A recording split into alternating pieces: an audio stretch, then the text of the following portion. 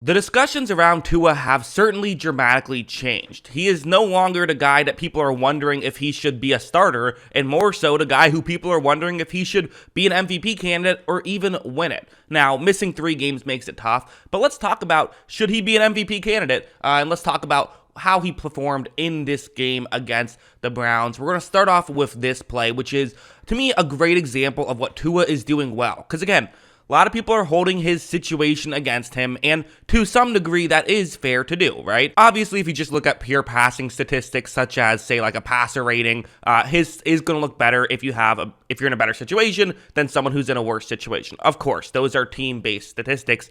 Well, A, some advanced statistics still say he's playing very well, but B, there are things like this. Part of the situation is himself, and this is an example of a zone coverage play. You see the way this concept works, where you have 3 receivers who are going to go towards the left side of the screen. Tua takes the snap. Tua runs this play action. He wants to get rid of the football quickly. One issue, there is a Browns player who is right in his face right here. So if he makes this throw right now, that's probably not going to work out too well. Could even result in potentially like a fumble or something. Watch Tua make this move to then be able to flip it to his halfback, who then takes it the rest of the way for touchdowns. So yes, in some areas that was the situation allowed him to be able to get stuff going. That is absolutely reasonable and absolutely fair. That was, a player made a good play for him. That was actually Alec Ingold, so fullback. I called him a halfback earlier, number 30, not 31. That is Alec Ingold, the fullback, who's a good player in his own right. Sure, he made a good play. The scheme worked. All of that good stuff, but also Tua had to make sure the play worked and had to do the little things to allow the big things to happen, and that's definitely a part of his game. Now, again, going over to this play, feels like every game you do see some of these big plays happen due to guys getting wide open, and this probably is why I still, this is the point against him in terms of the should he be in an MVP discussion or should he win MVP. I still think it's reasonable to say it's not reasonable to say that the only reason Tua is successful is because of his situation. That is not reasonable. But it also is, it's just a reality of the situation that his situation does help him. I think everyone, even Tua, would agree with that. This is a good example of it's man coverage. You have Jalen Waddle going over the middle. Jalen Waddle, he's establishing himself as one of the elite receivers in football right now. He's getting overshadowed by Tyreek Hill, but he's been unbelievable. Watch as Tua takes the snap, and you're going to see as he throws over the middle of the field, you have Jalen Waddle, who is wide open right here. It's not even close. He's just completely open. And so, okay, yes, this happens when you watch Dolphins games. It's on a 3rd down and 4. There's definitely guys who can get open. Tua makes this throw. Waddle's able to make a big catch, and they're able to pick up a big chunk play. So again, at the end of the day, if you're a Dolphins fan, you're saying, well, I don't care. We're moving the ball down the field. I'm happy. I don't care who gets the credit as long as we're finding ways to be successful and move the ball down the field, and they certainly are. But again, I do think it's reasonable to say, okay, well, maybe if we're talking MVP discussion, maybe someone who isn't in quite as good of a situation, doesn't have receivers getting open as often, maybe I'd give more credit to them. Like this one would be another kind of example of that, that theory, and then I will also very quickly explain why the counter argument to that argument. So first, this play action, Tyreek Hill running an out route. It will be one-on-one, which the Browns, I don't know why they did this in this game. Playing a lot of one-on-ones with Tyreek Hill and Jalen Waddle. Listen, I get that you can't double-team everybody, but you got to have 2 safeties deep against this Dolphins team. You got to treat them the way that we saw teams treat the Chiefs when they had Tyreek Hill. I know people don't view Tua as this cannon arm of a quarterback, but the reality is when you have those dominant receivers, you need extra help for those guys because they can beat anyone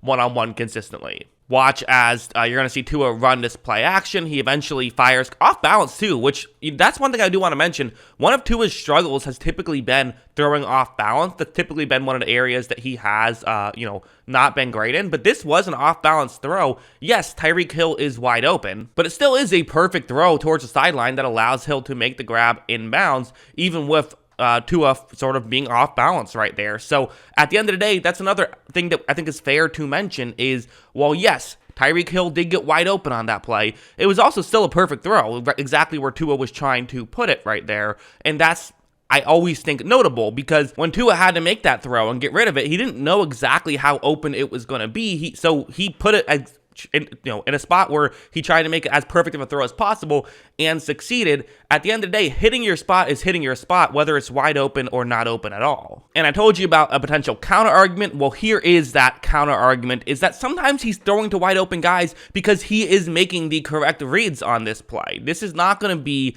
a pass to Tyreek Hill, although Tyreek Hill is going to impact this play. So here's the situation. It's a cover 2 zone, and you have Tyreek Hill's running kind of an underneath route with Mike Gesicki running a further deep route past the first down marker. That's the way this play works. So, okay, how does this concept work? What's the goal here? Well, the goal is that typically for the Cleveland players, they're either going to kind of cover underneath or cover further deep. If they cover further deep, you throw it to Tyreek Hill, who is now open underneath. You get the ball in his hands. That's always a good play. If they decide to cover Tyreek Hill and cover underneath, then you can throw deeper down the field. So in some ways, the way this play works for Tua is making the right read. And, as simple as it sounds, we see quarterbacks all the time screw this up. Watch. Tua takes the snap. You're going to see Tua look towards the top of the screen, and you see that really that player that I circled for Cleveland, he's moving in. So Tua, again, he reads this stuff so quickly. Watch him make the throw over. He's able to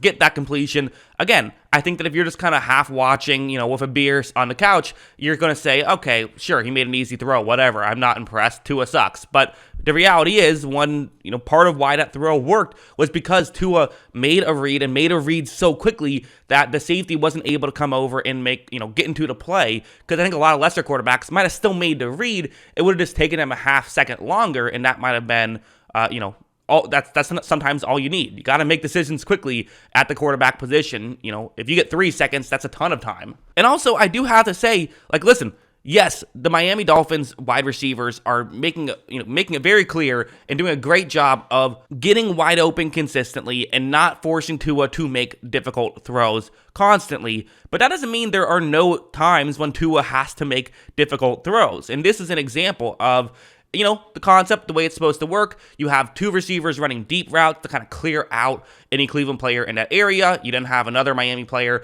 trying to just get just past the first down marker towards the sideline. That's the way this play is designed to work on a 3rd down and 6. As you see, Tua takes the snap. Tua is going to fire towards his right, and this is not open. This is good defense by Cleveland. So, well, yes, some of these plays are wide open. This one's a relatively difficult throw to make, a bit of a tough angle. He was throwing just shy of the hash marks towards the bottom of the screen. So tough angle. These are kind of some of those plays where you can see pick sixes happen if you're not careful. However, this throw was perfectly where it needed to be. That is a great throw from Tua. That's not a good throw. That's a great throw from Tua. So Tua is legitimately doing awesome stuff for this Miami Dolphins offense. I think that it's worth mentioning the talent around him and how that helps, but to pretend like that's all of it, I think would be foolish. Listen, I think it's fair to say that last season Tua was a bit up and down. I think that's reasonable. I also think it's fair to say that Tua is the kind of guy where maybe, if he's in a good situation, he looks awesome, and if he's in a bad situation, he looks less than awesome. I mean, that's true for every quarterback, of course, but maybe it's more true for him.